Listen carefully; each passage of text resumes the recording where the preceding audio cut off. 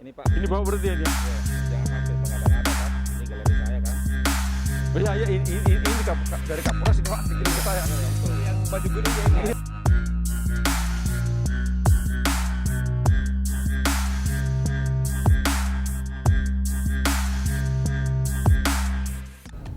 Kebetulan kita dari Bau-Bau, ini baru penyeberangan dari feri Labuan ke Amolengo. Ini kita baru tiba di Amolengo. Kita coba melakukan klarifikasi atas video yang viral kemarin. Kita akan tanya kejadiannya kapan, kemudian bagaimana tindak lanjut dan penyelesaian dari kasus itu, dan kita mau lihat jawab secara faktual apakah masih ada calo atau pungutan liar yang ada di Pelabuhan Amolengo sini.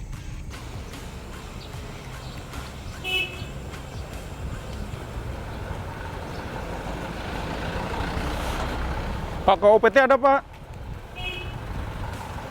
Assalamualaikum. Pak KOPT ada? Oh, Ada? ada. Ada tuh? Kalau anu? Indah. Pak Indra ada? Ada. Di kantor?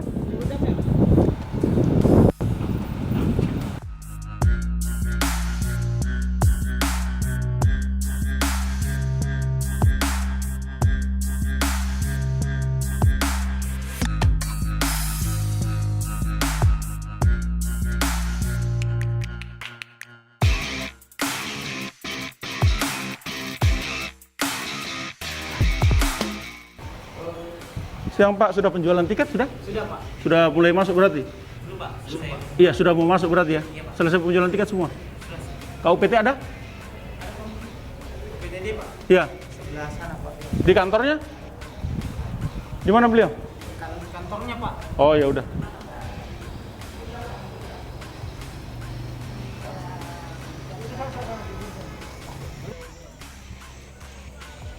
Assalamualaikum. Pak KUPT ada? Assalamualaikum. Endra? Ini Bu. Kasihan maunya, jangan dikasih menyeberang, kasihan. Itu bisa bilang. Kalau kita makanya Kita tinggal di mana? Di Bukit Asri. Bukit Asri mana? Ereke? Enggak. Bau-Bau. Pak KUPT ada? Pak KUPT ada? Ini kita janjian mau ke Polres Pak. Yang terkait kemarin. Terkait kemarin. Itu gimana sih? Kita Sini kita dulu. Iya. Enggak apa-apa kan dulu di sini Pak ya. Silakan Bu. Jangan dikerubuti supaya nggak terlalu panas. Itu kejadiannya kapan? Izin Pak menyampaikan bahwa kejadian itu tanggal 24 November. Oh sudah. Baru viral. Oke. Nah, terus? Jadi pada saat itu memang kejadian itu Pak, saya lagi kuliah di Kendari. Oke. Saya dapat informasi bersamaan dengan itu, saya kebetulan ada teman menyeberang wartawan. Oke. Yang liput itu Pak wartawan Pak. Oke, ya Kendari TV. Teman ini telepon Pak, tolong difasilitasi bisa Pak. Nah, tidak lama saya dapat kabar, langsung bilang ini Pak, ada anggota saya yang selamatkan itu, langsung bawa ke kapal, selamatkan Pak, maksudnya dirangkul ini korban, kan mereka korban ini berempat Pak, yang bermasalah itu cuma dua, yang artinya yang jadi kobaran massa itu jadi yang adakan perkelahian itu cuma dua. Masalahnya apa? Jadi masalahnya begini Pak, memang murni premanisme mereka di situ Pak. Jadi mereka ini, Pak kan di sini kita sudah berlakukan aturan saya sampaikan saya punya anggota, fisik ada baru kasih nomor antrian. Jadi mereka pada dasarnya itu dari jauh lihat mobil, lihat mobil plat ini langsung sampaikan ke loket, Pak, ini saya punya mobil yang saya tunggu, tolong keluarkan dia punya nomor antrian. Itu saat dia, dan sebutlah platnya itu, karena dia lihat dari jarak jauh. Oke. Setelah lihat. Saya punya anggota di pos 1, keluarkan loket kanan tiketnya. Dia kasih dah nomor antriannya. Oke, di pos 1. Pos 1. Nah, dikasih antrian itu, dia bilang nih, mana sopir nomor antrian? Bukan temannya nggak Pak? Bukan katanya. Oh, sudah jalan dari Bapak itu. Dipanggil Bapak itu Pak. Bisa katanya saya kasih kamu ini 20.000 kasih saya. Bapak itu maksudnya bukan pegawai di sini? Bapak itu pengguna jasa. Jadi prosesnya begini Pak.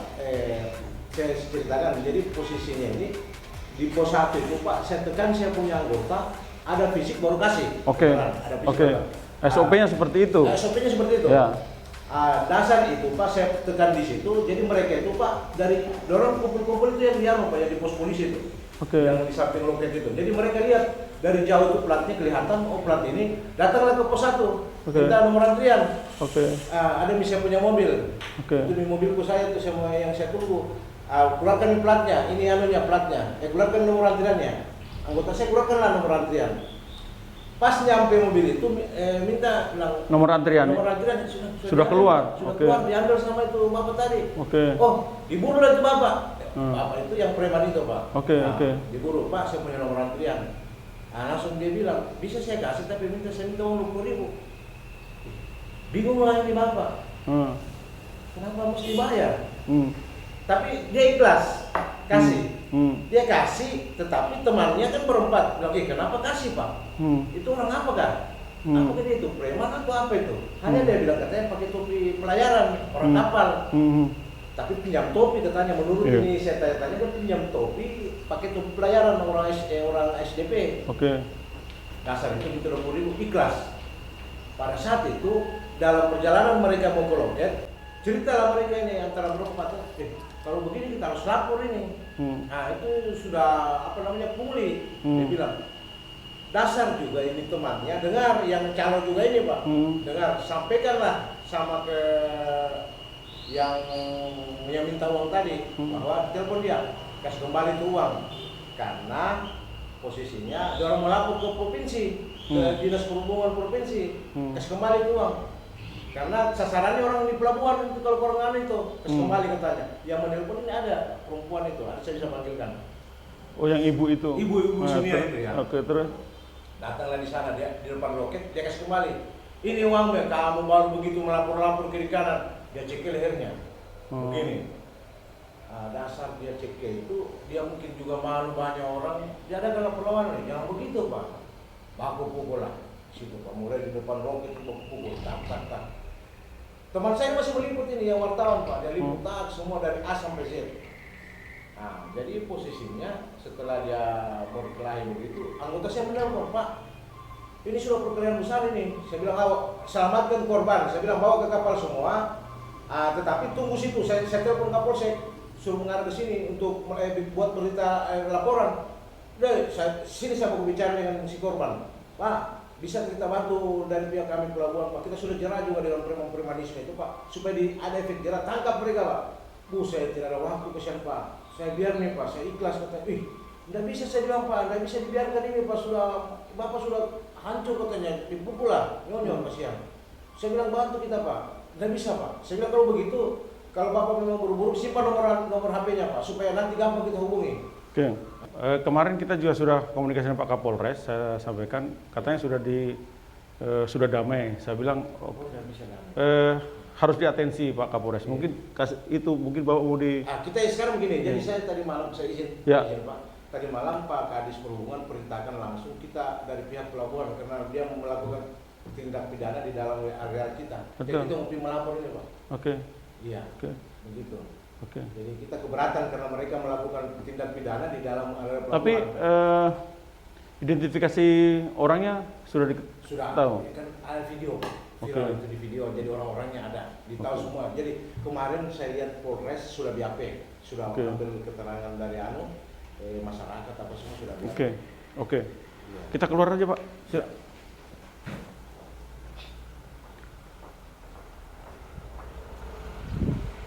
Jadi menurut saya yang dilakukan saat ini sudah betul ya diantrikan.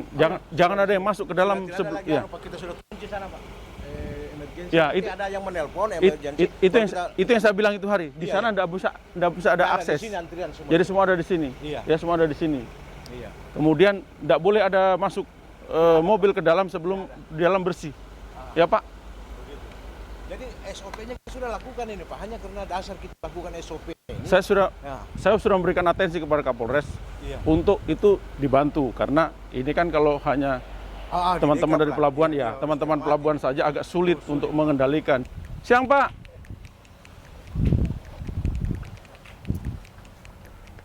Kemarin ya. Yang mediasi penyelesaian masalah kemarin.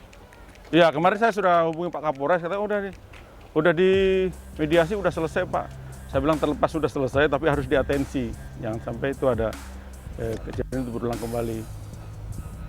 Di kapal kan Pak? Di kapal mediasinya, iya. Saya dapat foto dari Pak Kapolres kemarin. Ini bawa berarti ya dia? Iya, yang sampai tengah-tengah kan, dikelilingi saya kan. Iya, ini dari Kapolres ini Pak, dikirim ke saya. Yang baju kuning dia ini. Iya, makanya. Kenapa itu saya tidak Lanjutkan. pernyataan saya? Gini, sebabnya pertama itu kan kami petugas di sini semuanya, Siap. border yang ada di sini. Iya, iya. Kami arahkan ke Polsek terdekat. Oke. Dalam hal ini Polsek Kelono. Oke. Tapi berhubung si korban tidak mau. Karena dia tinggalnya ada di Buton ya. Bukan masalah tinggalnya di Buton, Pak. Dia itu karena buru-buru. Buru-buru, Bisa. betul. Ya maksudnya dia harus tetap makanya cepat harus berangkat gitu. berangkat. Iya, iya. Setelah kita berjasa begitu, oke. Nah, habis itu saya panggil yang diduga pelaku ini. Iya, iya. Yang awal mulanya kan Iya. diduga pelaku si Firmannya ini. Iya. Firmannya ini saya panggil, saya bawa sama si Hasnia Ke kapal. Oke. Kebetulan ada informasi bahwa ini si Bapak Abidin ini mau untuk memediasi. Oke, saya panggil mereka berdua naik ke Anjungan. Oke. Nah, naik ke Anjungan. Alhamdulillah saya tanpa basa-basi mereka langsung Pak Abidinnya sendiri katanya enggak usah diperpanjang, Pak. Pak Abidin ini yang dipukul itu ya? Iya, Pak Abidinnya. Kayak korban sendiri. ya? Pak Abidinnya sendiri. Sal. Terus Pak? Pak Abidinnya sendiri yang bicara, Pak, enggak usah kami perpanjang ini permasalahan. Ini cuma miskomunikasi. Cuma kesalahpahaman biasa, tak usah kan juga buru-buru. Saya bilang, Pak, kalau bisa kita bagaimana, jangan sampai terkesan bahwa polisi menahan untuk mau melapor. Karena tak usah Pak, tak usah perpanjang lebar, sudah selesai, aman ini permasalahan. Sudah, setelah itu mereka langsung berpelukan yang foto tadi ya. Saya bilang tunggu dulu, saya ambil gambar dulu supaya bukti saya. Ya. Dan itulah kejadiannya. Jadi hasil kesimpulan tadi malam itu pas sama-sama Kapolres kita rembuk di ruang di Rujak itu. Jadi yang keberatan sudah hukum lagi. Artinya karena viralnya ini barang, jadi memang tetap proses. Nah itu begitu. Jadi memang karena sudah terlalu sudah jadi sorotan publik, makanya itu dari pihak pelabuhan lah yang keberatan supaya nanti ditunjang sama si Abidin ini mungkin bilang kemarin dari orang Kasat siapa Pak Marjoni dia bilang dia mau dia mau fasilitasi mau biaya berapa dia mau akomodasi mau hadirkan itu saksi yang korban itu gitu. Kalau permintaan keterangan bisa dilakukan juga di Polres atau di Polsek setempat Pak, tidak mesti harus di itulah makanya kemarin tidak mesti harus ke sini. Tidak mesti harus ke sini misalnya. Betul. Beliau akan di Buton Selatan atau Buton Tengah ya Pak? Dari Polsek sana. Ya itu Polsek sana yang meminta keterangan. Boleh aja. Tidak ada masalah itu. Secara teknis sebenarnya kami dari Ombudsman memberikan atensi terkait ini Pak Babin. Terkait dengan kasus ini sebenarnya kami mendorong dari pihak pelabuhan untuk memperketat standar operasional prosedur proses bagaimana pendaftaran dan mobil masuk, kecuali pada hal-hal yang prioritaskan, ambulans dan sebagainya, orang sakit itu diprioritaskan. Makanya dari awal kita kasih rekomendasi sana untuk ditutup. Jadi tidak ada mobil yang langsung ke sini, harus antri semua di sini. Jadi tidak ada mobil ke sini sehingga tidak ada proses. Ada permainan. Ya begitu. Itu yang kita maksudkan. Itu yang pertama. Yang kedua, dalam kasus seperti ini pihak pelabuhan harus di-backup oleh aparat kepolisian dan kalau ada TNI mungkin bisa membackup hal yang sama gitu. Jadi makanya kemarin saya sampaikan ke Pak Kapolres untuk diatensi terkait dengan ini. Beliau sampaikan ya Pak, kami akan segera melakukan pembersihan di sana terkait dengan itu. Jadi kami dari Ombudsman mensupport, kami mendorong kepolisian dari pihak pelabuhan untuk konsen karena sejujurnya Amolengo itu menjadi perhatian Pak. Begitu dari beberapa pelabuhan penyeberangan. Jadi tentunya ini harus bersama-sama kita lakukan. Ya, Bapak sebagai Babin ya, malah secara khusus mau memiliki tanggung jawab yang secara khusus di sini karena ini menjadi wilayah Bapak. Betul ya Pak? Pembinaan Bapak. Biar masuk Pak. Sudah.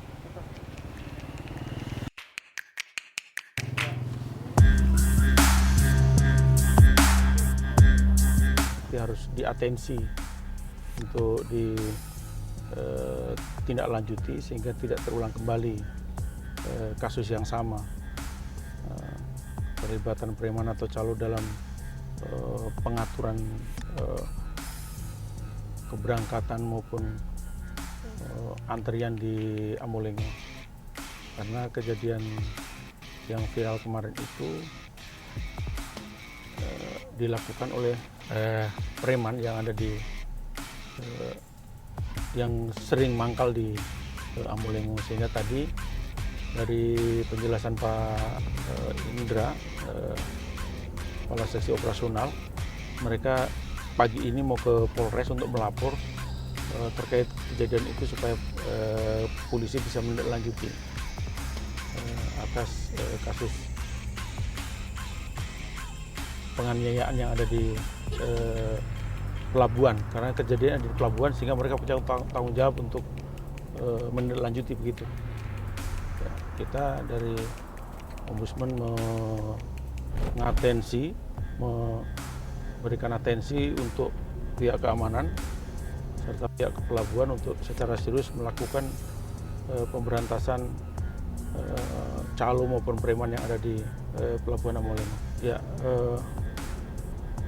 atas saran dari Ombudsman beberapa bulan yang lalu untuk menutup jalan, salah satu jalan yang menghubungkan dari tempat pengambilan antrian ke jalan masuk ke pelabuhan dengan menutup dengan portal, itu sudah dilakukan sehingga semua mobil yang mau masuk ke pelabuhan, yang mau antri di pelabuhan itu masuknya di tempat parkir yang ada di dalam, sehingga tidak ada mobil yang langsung tembus ke jalan masuk ke pintu masuk di Pelabuhan Amolenge. Itu bagian dari salah satu cara untuk supaya tidak ada mobil yang bisa menerobos masuk ke dalam, tetap ikut antrian seperti itu ya. Oke.